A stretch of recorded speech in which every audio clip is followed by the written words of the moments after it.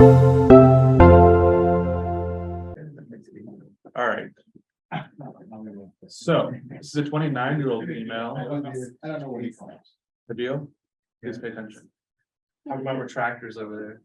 This is a 29-year-old female. She came into Dr. Cohen's office for blurred vision in the left eye for about a week. For her past medical history, she has type 1 diabetes, diagnosed at the age of 5, and she has Hashimoto thyroid disease. Her only medications are insulin and levothyroxine. For an eye vital and slit lamp examination. So right eye was 2020 with 1+ NS, left eye was 2063 and 1+ NS. There's no other slit lamp examination, and this is a retina conference. All right. All right, go for it. All right, we got a color fundus photo of the right eye. Media looks clear. The nerve is a little irregular in its contour, but it looks flat. It looks pink. There's no cup. The vessels, they look approximately normal caliber. There might be like some AV nicking here or there. My attention is drawn to the exudates in the macula, and then there's dot blot hemorrhages throughout. They appear to be more inferiorly than superiorly. But overall looks consistent with somebody who has type 1 diabetes. All right. We see pretty much the same thing here. I'd like to see an OCT. Maybe a couple, I don't know if those are comparable spots. Yeah. My wish is granted. Yes. So we see an OCT of the right eye. We can see some exudates in the middle layers and outer layers of the retina. You can point to them with the arrow. Oh, with an arrow. There you go.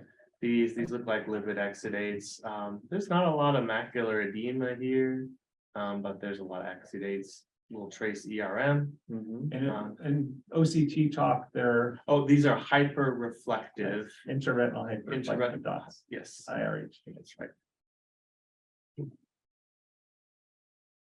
same thing. This eye, we see some hyper reflective inner retinal areas, and these also have blocking behind them, kind of more characteristic of like lipid exudates, shadow. And then maybe a couple little areas of hypo reflectance, which could be like edema or. Okay. Yeah, and this might be leading, but the inner retinal layers may be a little thin. It might be. Yeah, and then maybe the choroid's a little thinner. I don't know. Is It's choroid? definitely leading. Yeah. Okay, and then here is the central macular thickness. Now, do you guys need to know clinic? It seems so stupid, but I think they still test you on clinically significant macular edema, don't they? Or no? It's okay, so forget it. I Thank think God, no. There's no reason to know it, No. but that would be clinically significant macular edema because it's within a disc diameter of the center, and but it's of no importance. I think at a minimum, you should be treating that somehow. Not necessarily. The recent stuff, if there's no absence of foveal thickening, the delaying treatment. But the vision's good as well, right? You don't need, like, at the VA, they tell us, don't worry about it for 2020. For diabetic. There's some recent stuff out there. The diabetics, you can either hold on it or you can leave it. I think for very good vision, I think the DRCR V protocol was diabetics with very good vision, and they not treating them fine. It was equivalent to treating them. Because what's the ETDR? ETDRS is laser that. Yeah, that's like a total treatable laser. That's like absolute, you'd probably fail your I'm board. salivating. Yeah, if you said that, that's why the things that. I still haven't seen anyone laser a macula. Yeah. In all my years. Yeah, It's always an opto question. you would fail. Although that's unfair too, because if you look at a lot of the diabetic studies, there's like 20 or 30% of them, and many of the studies had laser. So to never laser, I think is incorrect too, but the ETDRS laser, but that would be like you would get thrown out of the room if you said not to treat that based in pre anti-VEGF. Because But now you don't have, Because because Unless the doctor other pays drugs are so powerful. right, They because don't- you need central vision. Yeah, you want to get it before the vision loss. Yes. So, All right, go for it. All right, so we have fluorescein angiogram Yep. Yeah. of the right eye. Good job. What time is this? This is like 9 seconds in. Mhm. So this is like arterial phase. No. Isn't that right? Yeah, it's arterial. No. Okay. Okay. Everything I know is wrong. Yes, it is. All right, so early arterial phase, I can see You guys aren't easy on each other. those areas. Love that. Those areas look like blocking, like those are probably some of those exudates or hemorrhage that are blocking the normal like choroidal flush that you see. Those hypofluorescent areas. Yep. Keep going. I still don't see any of the venules filling, so we're still in the arterial phase. Here we go, we're laminar phase now. We can start to see a lot of punctate, hyperfluorescent areas, which probably correspond to either staining or leakage, but we'll see in a little bit here. Mhm. Once you advance, okay, keep going. So those look like they're expanding and kind of, so they look like they're probably leaking. I mean, this is just a very, looks like, So the peripheral, you want to comment on non-perfusion and absence or presence of neovascularization? yeah, so we have inferior nasally, there's some areas that are hypofluorescent, those are probably areas of capillary non-perfusion. Mhm. They might be, They might be. it might be. Sometimes the periphery gets shadows. Those aren't super classic, but it's true. Yeah. It might be. So I mean, this looks like just a kind of a normal diabetic eye to me. Well, normal type 1 diabetic eye. Normal diabetic eye. Yeah, normal type 1 diabetic eye for this age. What do you think about the hypofluorescent area centrally? Does it look bigger than normal? Also leading. It does, Okay. it Yeah, does go look bigger than normal. early. Yeah, go to the early one. Oh, yeah. So the first one, Yeah, go there you back. go, there you see it. Yeah, it looks larger than normal. Oh, can you draw a circle? Can you point to the edge of the? Actually, that looks normal to me. You have your arrow, do your arrow. And so this foveal avascular zone here, That's probably fine. that looks about normal. I think the other eye, you showed me a peek of the other eye looked abnormal. That's too that. big, Look at that's that. too big, there's something going on here, It's called IV. yeah.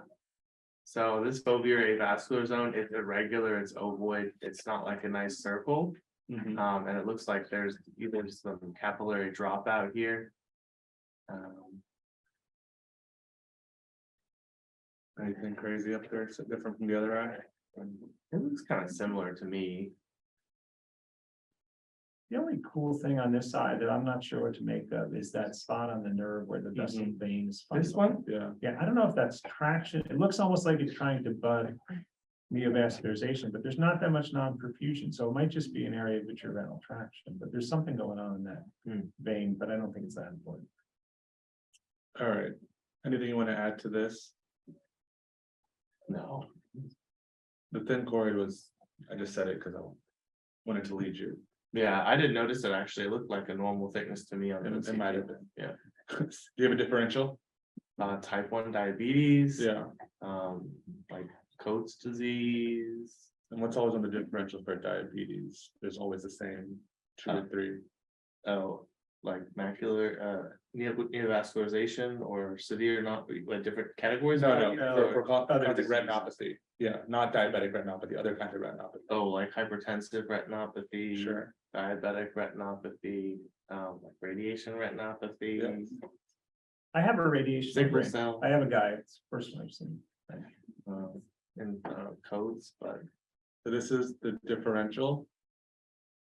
Oh, but the point that I was trying to lead you to was diabetic macular ischemia, which I don't really think about much when I'm looking at pictures, so that's why it's a cool thing to think about. So it occurs from damage in the vessels that supply the blood to the retina, and it causes enlargement of the foveal vascular zone. Which is what I was trying to point at in the left eye, you can see that's really why well. the vision was a lot worse than that eye. Exactly. And it's from hyaline degeneration of the terminal arterioles.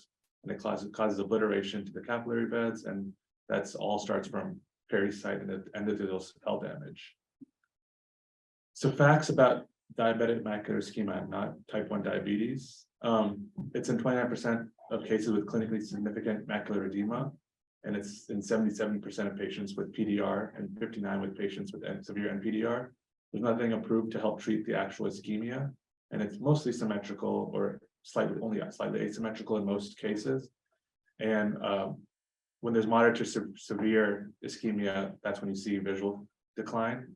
And the presence of papillomacular ischemia is what is correlated with visual decline. And it's likely underreported because we normally attribute vision decline to vitreous hemorrhages and macular edema, as opposed to actual macular ischemia. So something that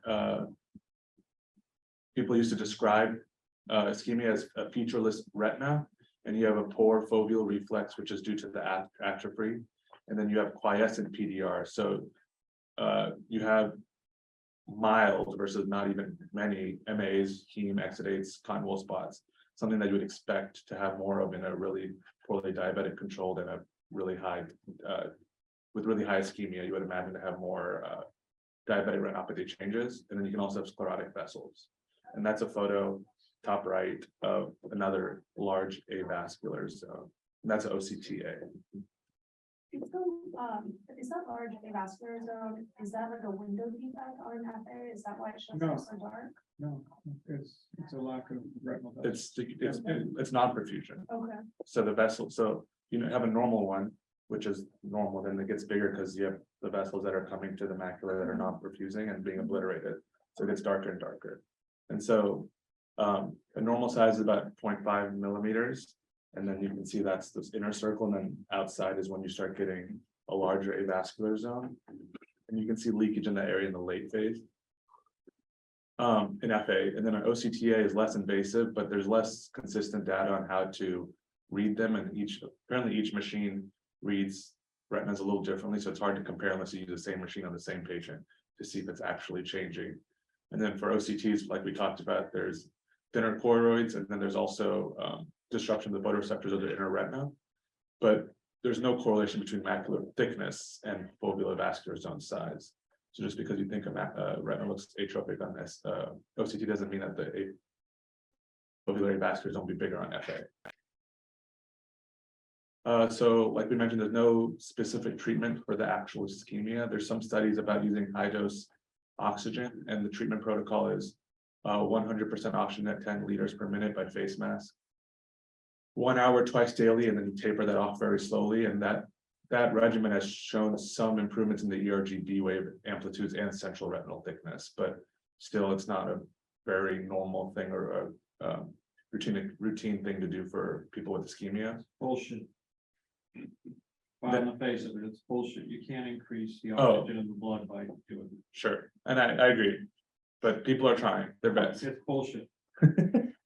And then there's this theoretical risk of actually worsening the ischemia from anti-VEGF, because you don't want even less, you don't want to slow the vessels even more in the center of the macula, but people still use anti-VEGF because we know it helps treat a lot of the other problems with diabetic retinopathy. But in theory, it could actually worsen the ischemia. And this is a photo from the ETDRS, and they tried to grade macular ischemia. And you can just kind of read it. When you get to grade 1 or 2, you have more loss than the second photo. Interesting, they had 300 microns in them. Yeah, That is kind of tight. Can I- 500. No one had, to my knowledge, has ever correlated these findings with vision. And with so, vision. and remember, the central vision is probably fed entirely by the fluid, it's so thin. So there may not be a good correlation. The other thing is, fluoresceins are a very poor way to study this.